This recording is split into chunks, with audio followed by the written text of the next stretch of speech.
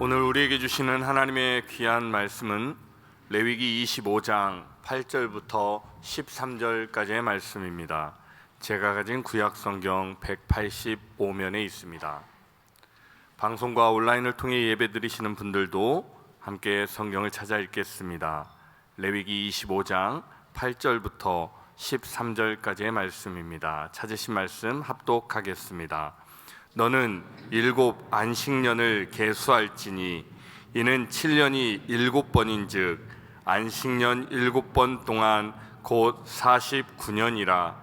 7째 달 열흘날은 속죄일이니 너는 뿔나팔 소리를 내되 전국에서 뿔나팔을 크게 불지며 너희는 50년째 해를 거룩하게 하여 그 땅에 있는 모든 주민을 위하여 자유를 공포하라.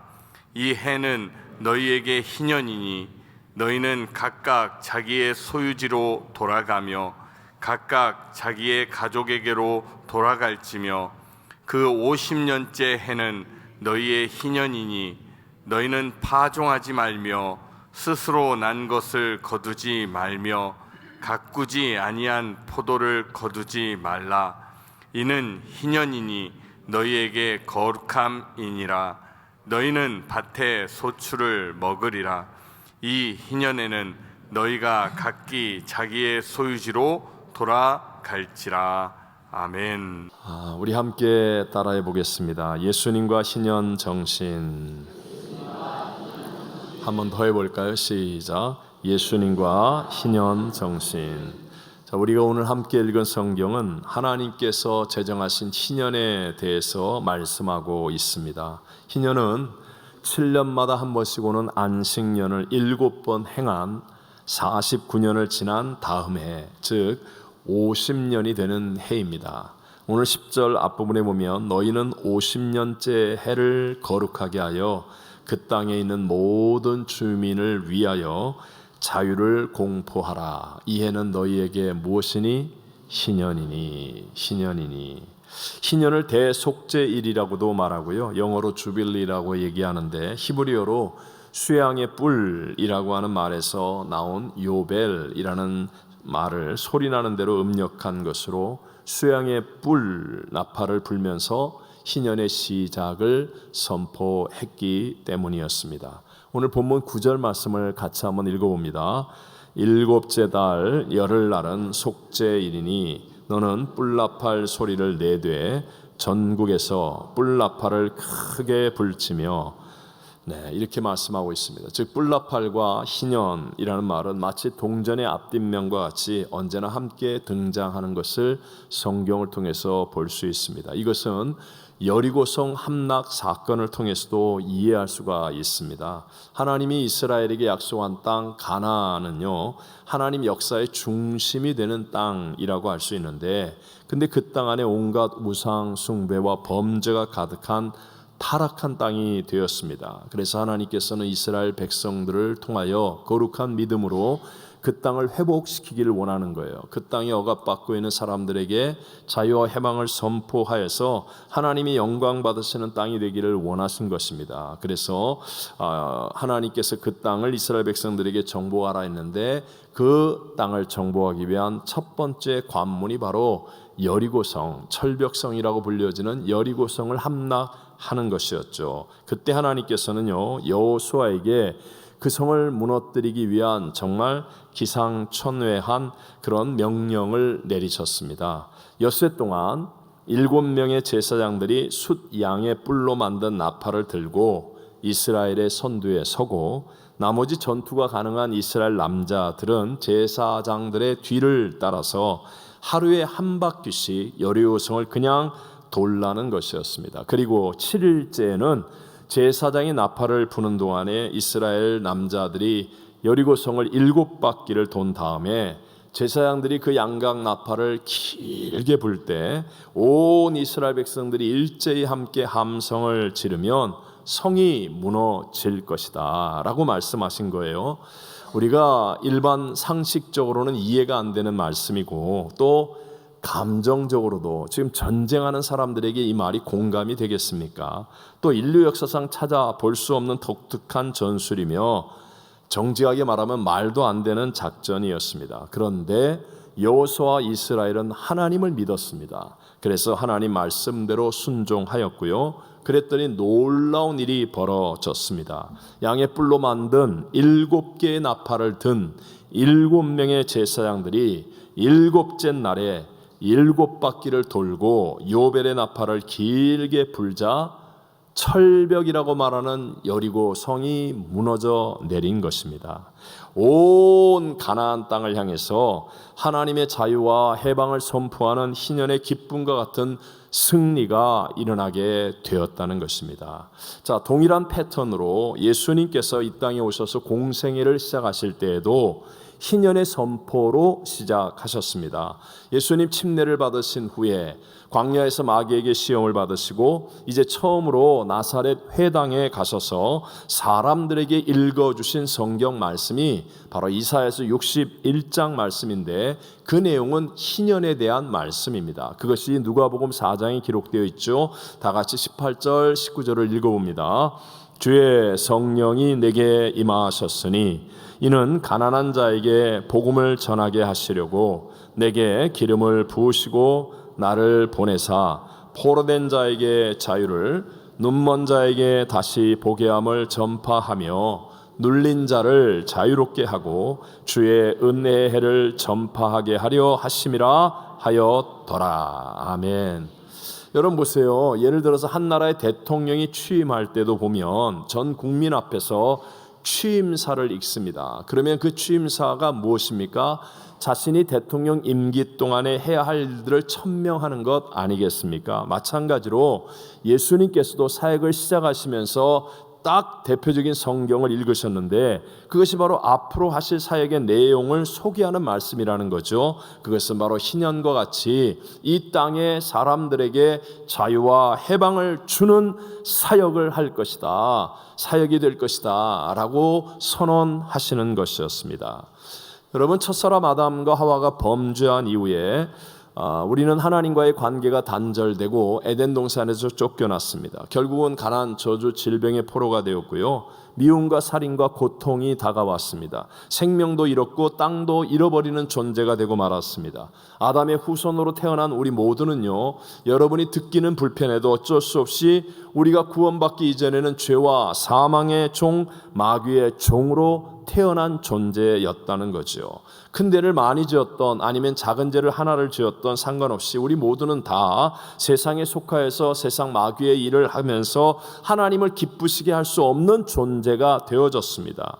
나쁜 나무에서 좋은 열매가 맺지 않습니다. 나무를 바꾸어야 그 다음에 좋은 열매가 맺어지는 것이죠. 사람이 보기에는 저 사람 참 선한 것 같아, 괜찮은 일을 하는 것 같아 할지라도 디카이오스네, 하나님과의 관계가 끊어진, 즉 하나님의 의를 이루지 못하여서 어떤 사람도 의인이 되지 못하고 하나님을 기쁘시게 하는 삶을 살 수가 없게 되었다는 것이에요. 여러분 보세요. 세상에서 사람이 설계해서 제품을 만들 때 보면 이 컨베이어를 돌면서 제품이 이렇게 조립되고 뭐 이렇게 하면서 완성되지 않습니까? 그러면 마지막에는 반드시 심판하는 검수원이 있어서 불량품이 나왔나 안 나왔나, 설계한 대로 제품이 되었나 안 되었나를 확인하게 되어집니다. 그것이 핸드폰이든 자동차이든 음식이든 세상의 모든 제품이 다 그렇죠. 분별해서 우량품이라고 하면 나가는 것이고 불량품은 고치든지 아니면 폐기해야 합니다. 그런데 여러분, 제가 묻고 싶은 게 이거예요. 불량품이 나왔습니다. 그러면 불량품을 고칠 수 있습니까? 없습니까? 너무 어려워요. 핸드폰이 불량품으로 나왔어요. 그러면 핸드폰을 고칠 수 있습니까? 없습니까?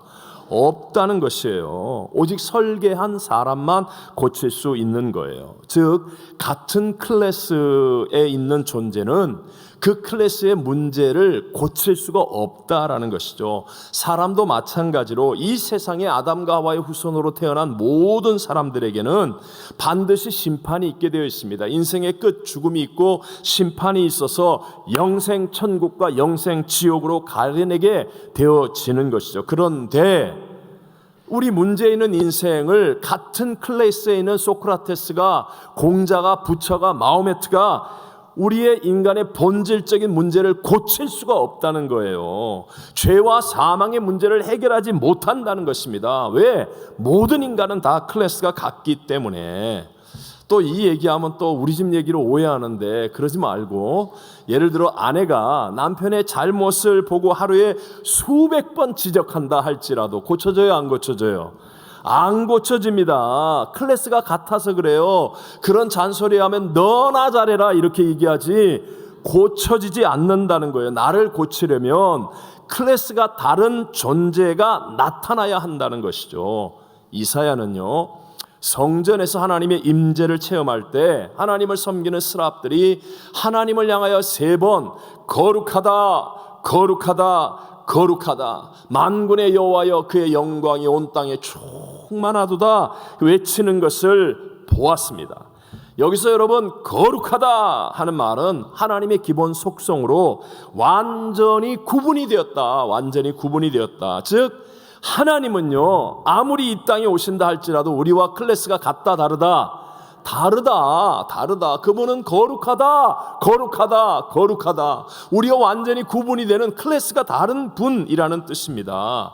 인간이, 고장난 인간을 고칠 수 없기 때문에 하나님께서, 클래스가 완전히 다른 하나님께서 우리를 고치시기 위해, 우리에게 진정한 자유와 해방을 주시기 위해서 우리에게 찾아오신 것, 이것이 바로 기독교의 핵심이라는 거예요. 세상의 모든 종교는 다 인간이 조금 착한 일을 하고 조금 더 노력하고 조금 더 배우고 그렇게 해서 하나님을 향해서 찾아 올라가는 행위를 먼저 강조합니다. 그런데 인간은 인간의 노력으로 구원을 이룰 수가 없는 거예요. 그러니까 하나님께서 인간의 몸을 입고 이 땅에 찾아오셔서, 그래서 그 예수 그리스도를 내가 믿음으로 영접하여 받아들이면 내게 없었던 하나님의 생명, 내게 없었던 하나님의 거룩한 능력이 내게 임하여서 우리가 구원을 얻게 되는 것인 줄로 믿습니다. 여러분, 그 구원을 이루어 주시는 하나님은 창조주이십니다.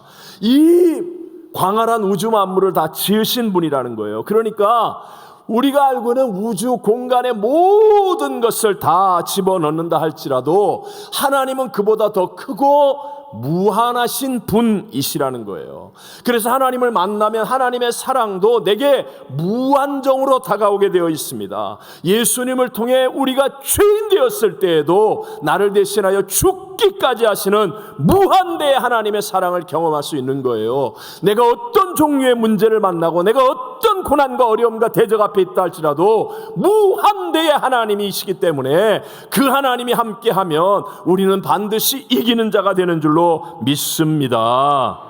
그렇게 크고 무한하신 하나님이 인간의 몸을 입고 오셨기 때문에 예수님은 모든 죄, 어떤 죄인도 용서하실 수가 있는 겁니다. 예수님께 찾아오는 어떤 병자라도, 나병이든 안진뱅이든 눈먼 자이든 어떤 병을 가지고 있는 자라도 예수님은 무한대의 능력을 갖고 있기 때문에 고쳐주시는 거예요. 죽은 지 나흘이 지난 나사로도 나사로야 나오라 하면 무덤에서 일어나 나오는 기적이 일어나는 줄로 믿습니다. 어떤 경제적인 문제라 할지라도 물고기 2마리 떴다 특성을 가지고도 수많은 무리와 군중을 먹이고 남기는 기적을 일으키시는 분이 하나님이신 예수님이시라는 거예요. 우리의 관계의 문제, 인생의 모든 문제에 유일한 해답이 되시는 예수님은 이 땅에 희년을 선포하기 위해 저와 여러분에게 자유와 해방을 주시기 위해 오신 분인 줄로 믿습니다. 그래서 누구든지 한국 사람이든 미국 사람이든 아프리카 사람이든 남미 사람이든 누구든지 그 예수 그리스도를 믿음으로 영접하면, 그러면 예수님 안에서 무한하신 하나님의 사랑과 은혜 속에서 자유와 해방을 체험하고 누리게 되는 것입니다. 오늘 2부 예배 나오신 여러분 예수님을 나의 구세주로 믿고 영접하셨습니까? 자, 근데 여기에서 이제 문제가 발생해요. 주님께는 문제가 없는데 우리 인간이 갖고 있는 공통적인 약점이 하나 있습니다. 그 약점이 바로 작은 것은 이해하는데 큰 것을 이해하지 못하고 보지 못한다는 거예요. 제가 늘 얘기하죠. 오늘 아침에 여러분 교회 오시면서 자동차가 10마일, 20마일, 30마일 속도를 올리면 다 느낍니다. 다 두려워합니다. 다 소리를 지릅니다. 왜 이렇게 빨리 달리냐고. 그런데요, 훨씬 더 빨리 달리는 비행기 안에서는 밥 먹고 잠자고 영화 보고 놉니다. 큰 것은 못 느끼는 거예요. 지구의 자전 속도, 공전 속도를 느낍니까? 못 느낀다는 거예요. 이게 인간의 약점이에요. 누가 옆에서 빵 하나 사주면 고맙다고 그러는데 그 아들도 아끼지 아니하시고 영생 천국을 예비하신 예수님의 사랑을 못 느끼는 거예요. 이 어마어마한 것들을 누가 만불을 주면 고맙다고 하는데 공기를 공짜로 주시고 물을 공짜로 주시고 햇빛을 공짜로 주시는 이 하나님의 크고 놀라운 은혜는 못 느낀다는 거예요. 모른다는 거예요. 이게 우리의 문제입니다. 예수님은 정말 하나님이십니다. 예수님 십자가에서 다 이뤘다 하시고 죽으셨고요. 우리에게 모든 것을 주십니다. 근데 문제는 이것을 내가 누리고 살 수 있느냐, 그렇지 않느냐. 이게 우리에게 달려 있는데 어떻게 하면 이 무한대의 하나님의 사랑, 무한대의 하나님의 은혜, 측량할 수 없는 이 하나님의 것들을 내가 누리면서 감격하고 눈물 짓고 기뻐하고 행복하고 승리하는 삶을 살 수 있겠습니까? 그것이 바로 희년의 예수님을 누리려면 흐름의 삶을 살아야 합니다. 어떤 삶을 살아야 한다? 흐름의 삶을 살아야 한다. 희년의 예수님, 나에게 자유와 해방을 주기 위해 오신 하나님이신 예수님의 그 어마어마한 은혜의 사랑, 그것들을 내가 누리기 위해서는요, 흐름의 삶을 살아야 한다. 자, 하나님께서 아브라함을 믿음의 조상으로 부르십니다.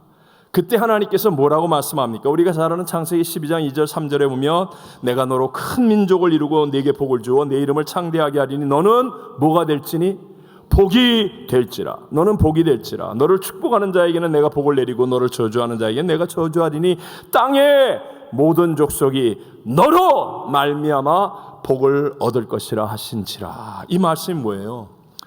아브라함 원래 하나님 몰랐던 사람이에요. 그런데 하나님이 찾아오셔서 말씀을 주시니까 하나님의 말씀을 믿음으로 받아들이고 하나님을 영접하면 이제 아브라함은 복을 찾아다니고 복을 쫓아다니는 존재가 아니라 너는 복이 될지라. 복이에요, 복. 그리고 복이 흐르는 존재가 되었기 때문에 너로 말미암아 다른 모든 민족이 복을 받게 될 것이라. 이게 아브라함에게 주신 믿음의 사람들에게 주신 약속입니다. 또 믿음의 조상이라고 말하는 야곱은 정말 험악한 인생, 힘들고 어려운 인생을 살았죠. 근데 히브리서 11장 믿음의 장에서 야곱의 삶을 한 절로 요약합니다. 함께 한번 히브리서 11장 21절을 읽어봅니다. 믿음으로 야곱은 죽을 때에 요셉의 각 아들에게 축복하고 그 지팡이 머리에 의지하여 경배하였으며. 아멘. 자, 야곱이 일평생 험악한 인생을 살았지만 그가 믿음의 조상이 될 수 있었던 이유가 두 가지가 명확하게 나옵니다. 그것이 바로 축복과 경배와 축복이라는 거예요. 경배, 즉 예배는 하나님의 복을 영접하는 시간입니다. 그리고 이 각 아들들에게 축복하는 거예요. 복이 흐르게 하는 거예요.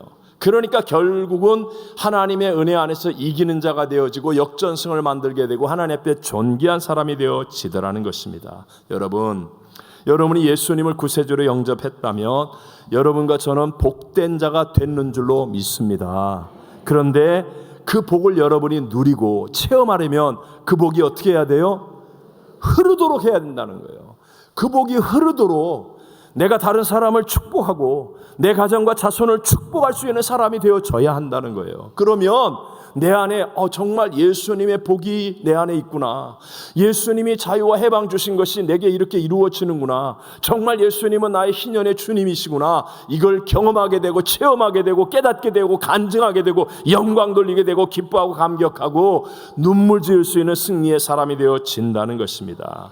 여러분, 생명은 흐름이고 흐름이 생명입니다. 쉽게 말하면 혈관이 막히거나 심장에 문제가 있어서 피가 돌지 않아요. 흐름이 멈췄습니다. 그럼 그게 뭐예요? 사망이라는 거예요. 그 사람 죽는 거예요. 물도 아무리 깨끗한 물도 흐르지 않고 고여 있어요. 그럼 그 물이 뭐가 돼요? 썩은 물이 되는 거예요. 썩은 물이 되는 거예요. 공기도 흘러야 됩니다. 그래서 창문 열어놓는 거 아닙니까? 물도 흘러야 싱싱해집니다. 사람의 마음도 흘러야 합니다. 내 안에 계신 하나님의 복도 흘러야만 이 크고 어마어마한 복이 내 안에 있음을 내가 깨닫게 되고 누릴 수 있게 되어진다는 것이에요. 사람들은 속습니다. 대표적인 게 공산주의나 사회주의죠. 공산주의, 사회주의는 모든 사람이 평등하게 산다. 정말 이론적으로는 멋있습니다. 근데 우리 남한과 북한을 보십시오. 북한 땅은 지금 전기도 못 킵니다. 공산주의고 원래 남한보다 잘 살고 더 GNP가 높았는데 저렇게 처참한 나라가 되고 남한은 세계적인 나라로 바뀌어지지 않습니까? 왜 실패합니까? 여러분, 모든 사람이 평등하게 산다고 하는 이론은 근사하지만 평평하면 흘러요, 안 흘러요? 흐르질 않는 거예요. 많이 일한 사람이나 조금 일한 사람이나 다 똑같다는데 누가 일합니까? 흐를 리가 없는 거예요. 그러니까 잠깐은 듣기 좋고 이론적으로는 근사해 볼지 모르지만 썩는 것이 되어지고 결국은 부패하고 타락하고 많은 사회가 되어지는 것입니다. 인생을 살아갈 때 승자와 패자가 나옵니다. 그 차이점이 무엇이겠습니까? 승자는요 늘 축복하는 사람이고요, 패자는 언제나 원망하고 저주하는 사람입니다. 여러분은 지금 어떻습니까? 여러분에게 자꾸 원망, 불평이 있고 남의 탓이 있고 저주가 있으면 여러분은 곧 루저, 패자가 되고 말 것입니다. 하지만 반대로 여러분이 승자, 위너가 되려고 한다면 여러분 자꾸 여러분에게 있는 것을 가지고 흘러보내는 거예요. 축복을 흘려보내고 격려를 흘려보내고 사랑을 흘려보내고 여러분에게 있는 은사를 흘려보내고 여러분에게 있는 작은 것을 자꾸 흘려보내면 그러면 내 안에 하나님의 큰 것들이 다가와 우리가 결국 위너가 되는 거예요. 역전승의 주인공이 되어질 줄로 믿습니다. 저와 여러분 예수님을 영접했다면 예수님은 하나님 아니십니까? 예수님은 만왕영 만주여주 만물의 충만의 충만 아니십니까? 그러면 내가 예수님을 영접했다면 내가 내 이웃 사람에 대해서 흘려보내야 된다니까요. 예수 믿은 사람이 입만 열면 불평하고 입만 열면 원망하고 입만 열면 저주하고 그건 예수 믿는 거 아니에요. 예수를 믿었기 때문에 예수님 때문에 입을 열면 사랑이 나오고 감사가 나오고 격려가 나오고 칭찬이 나오고 좋은 것들이 흐르는 사람이 되어지면 그러면요 내 안에 예수의 생명이 가득한 거예요. 아니 예수 믿는 사람이 무슨 복수가 나옵니까? 예수 믿는 사람이 무슨 원수 갚는다고 그럽니까? 난 절대로 뭐라고 그러더라? 안 잊어버려 막 이러면서요. 그게 무슨 예수 믿는 사람입니까? 예? 예수 믿는 사람은 그냥 누가 뺨을 때려도 돌아서면 잊어버리는 거예요. 아멘입니까? 아니 진짜예요, 진짜. 그냥 내 안에서 예수의 생명이 더 크기 때문에 어디를 가나 축복의 흐름을 만들어내는 사람. 저 사람이 있으면 뭔가 축복의 흐름이 있어. 저 사람이 있으면 뭔가 좋은 일이 기대돼. 이게 성도의 힘이고 이게 바로 하나님의 복이 흘러 위너가 될 수 있는 사람, 진짜 승자가 될 수 있는 하나님의 축복 안에 있는 사람이라는 것입니다. 제가 이번에 50주년 이 이제 행사들을 위해서 우리 교회에서 한번 영상을 짧게라도 만들어 보는 거예요. 그래서 우리 방송국에 있는 김태혁 간사님이 이 일을 하는데 뭐 이미 다 아시겠지만 옛날 사진, 동영상 뭐 이런 것들이 거의 없잖아요. 그러니까 만들어도 그게 어려워서 요즘 것으로 주로 하는데 결국 막 열심히 영상을 찾아서 만들었어요. 근데 제가 아주 옛날 사진과 동영상은 없지만 그 딱 처음에 나오는 기록을 딱 보면서요 제가 아주 큰 은혜를 받았습니다. 정말 은혜를 받았습니다. 제가 우리 교회 와가지고요 이건 뭐 여러분에게 보여줄 수도 없고 담임 목사에게 주시는 그 어떤 하나님의 마음, 왜 이렇게 하나님이 우리 교회를 선교를 위해 이렇게 뜨거운 열정을 주실까? 내 마음속에 선교하지 않으면 안 되고 이런 마음을 계속 해주세요. 그래서 내가 선교사 출신이라 그런가? 뭐 이런 생각 많이 했는데요. 제가 그 영상 만든 걸 딱 보는 순간에 그러면서 정말 한순간에 자유를 얻었고 감동을 얻었어요. 물론 문제는 아니었기 때문에 제가 많이 고민한 건 아니지만 마음속에 늘 갖고 있는 숙제였거든요. 그게 뭐냐 하면 우리 교회가 1974년도에 교회 창립을 위해 준비하게 되었습니다. 그러니까 이제 50주년이 되는 거 아니에요? 그리고 우리 일대이신 김성수 목사님이 1976년도에 취임하셨어요. 근데 놀랍게도요, 1975년에 어떤 일이 있었느냐? 우리 순복음 세계 선교회, 우리 교회가 속해 있는 전 세계의 이 순복음 세계 선교회가 우리가 속한 전 세계의 이 선교회 우리 기구입니다. 그런데 올해 5월 달이 순복음 세계 선교회에서 세계 선교대회 50주년이 되는 거예요. 50주년 굉장한 거죠. 50년 동안 선교한 교회. 여의도 순복음교회에서 50주년 행사를 정말 성대하게 하는데 놀랍게도 그 하나님이 소중하게 여기시는 순복음 세계등교회대회 1회 대회를 어디서 했는지 아세요?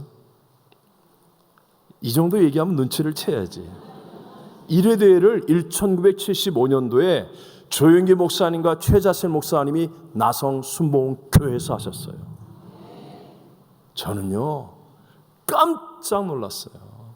엄청난 자유와 기쁨과 감동을 누렸어요. 왜 하나님이 우리 교회를 이렇게 뜨겁게 사랑하고 사용하려고 하시는지, 하나님이 시작부터요 정말 마지막 때 세계 선교를 위해 하나님이 딱 찍어서 하나님 목적과 계획 속에 이 교회를 세우시고 저와 여러분을 택하여 부르신 줄로 믿습니다. 늘 말씀드리지만 여러분, 우리가 살고 있는 이 세상은 불공평합니다. Life is unfair. 정말 불공평합니다. 아니, 어떤 사람은 나면서부터 건강하고 어떤 사람은 나면서부터 골골하고 몸이 약해요. 그게 어떻게 공평합니까? 쉽게 말해서 자유민주주의 남한에서 부잣집에서 태어나는 거예요. 믿음 좋은 장로님 집에서 태어나는 거예요. 그런 아기와 저 북한 땅에 공산주의 북한 속에서 끼니도 제대로 먹지 못하는 지독하게 가난한 집에서 동시에 응애하고 태어난 아기가 어떻게 공평합니까? 죄로 타락한 세상의 모습이에요. 이것은 어쩔 수가 없어요. 하나님이 다시 이 세상을 엎고 새하늘과 새 땅을 만드시기 이전까지는 다 이 세상은 어디나, 미국 아니라 어디서 살아도 다 불공평합니다. 그러나 여러분, 이게 다가 아닙니다. 여러분이 분명히 아셔야 돼요. 세상은 불공평하지만 예수님의 생명이 있는 사람은 이 모든 불공평을 이길 수 있는 하나님의 은혜와 복이 흐르게 될 줄로 믿습니다. 이게 중요한 거예요. 세상을 상대해서 불공평을 없애려고 하지 마십시오. 여러분이 불공평을 없애면 여러분이 불공평한 사람이 되어질 겁니다. 세상을 향해서 불공평하다고 문제와 싸우지 마십시오. 절대로 그거 없어졌다고 또 다른 문제 안 생기는 거, 더 큰 문제 생깁니다. 해답은 딱 하나, 예수를 바라보는 거예요. 예수님으로부터 채워지는 은혜, 위로, 사랑, 능력이 임하여서 불공평을 이겨내는 겁니다. 여러분 아시다시피 제 큰 누님은 중증 장애인이십니다. 학교를 다녀본 적도 없습니다. 친구를 사귀어 본 적도 없습니다. 외부의 일 못하죠. 당연히 답답하고 억울한 인생 아닙니까? 정말 우리 큰 누님 같이 고운 분이 너무나 억울합니다. 그러나 그럴까요? 우리 큰 누님은요, 우리 가정에서 가장 위대한 복음의 증인이십니다. 정말 제가 사춘기 때 울퉁불퉁하고 못된 망아지 같았던 저를 주의 종이 되게 만든 분이 우리 큰 누님이에요. 제 형님 목사님을 변화시켜서 주의 종이 되게 한 분도 우리 큰 누님이세요. 말도 못하고 행동도 자유롭지 못하지만 새벽부터 밤까지 찬양을 듣고 부르고, 그리고 말씀을 듣고, 그리고 주님과 함께 동행하면서 사는 그의 모습은 여러분 정말 천사가 따로 없어요. 제가 증인입니다. 제가 증인. 놀라운 거예요. 우리 큰 누님이 불행한 삶을 살았다? 그렇지 않아요. 천국이 있어요. 천국이 있다고요. 절대로 그렇지 않아요. 예수 안에는요, 세상의 불공평, 맞아요. 남들이 볼 때는 장애인이고 어렵고 힘든 삶을 살았을지 모르지만, 그러나 우리 큰 누님은 예수님을 만난 이후에 최고로 행복한 사람이고 가장 위대한 삶을 살았던 사람이라고 저는 감히 말할 수도 있다라는 거예요. 여러분 혹시 지금 자신이 억울하고 힘들다고 생각하는 분 계십니까? 여러분 더 많이 주님을 묵상하십시오. 더 많이 기도하십시오.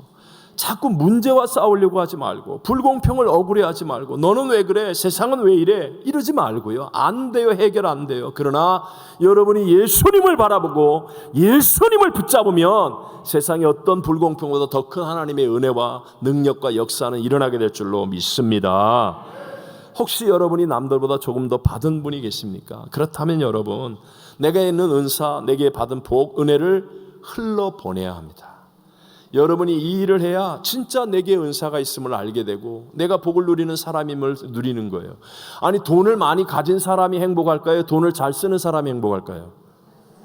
그러면 알긴 다 안다.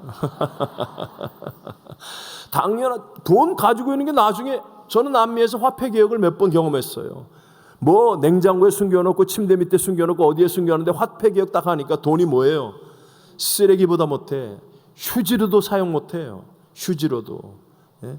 빵 하나 사러 가는데 이 주머니 안에다가 돈을 넣어서 무게로 재요. 무게로.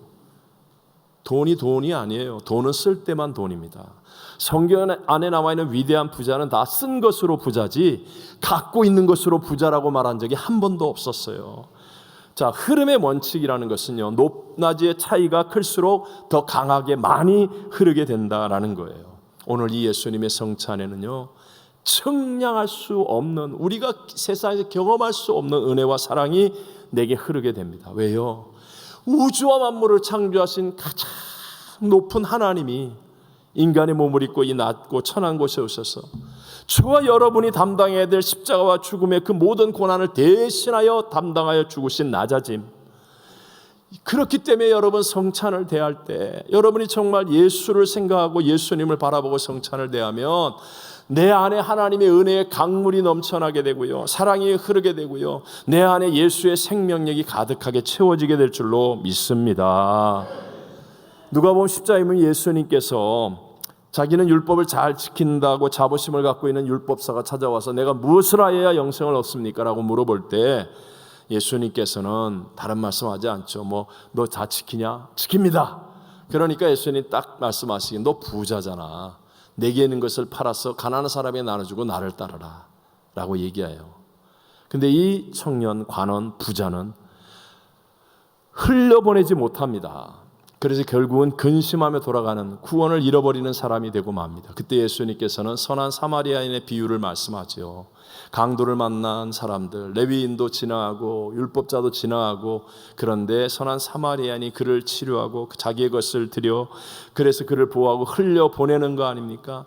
이렇게 해서 그 사람을 살린 이 사람이 진짜 이웃이다.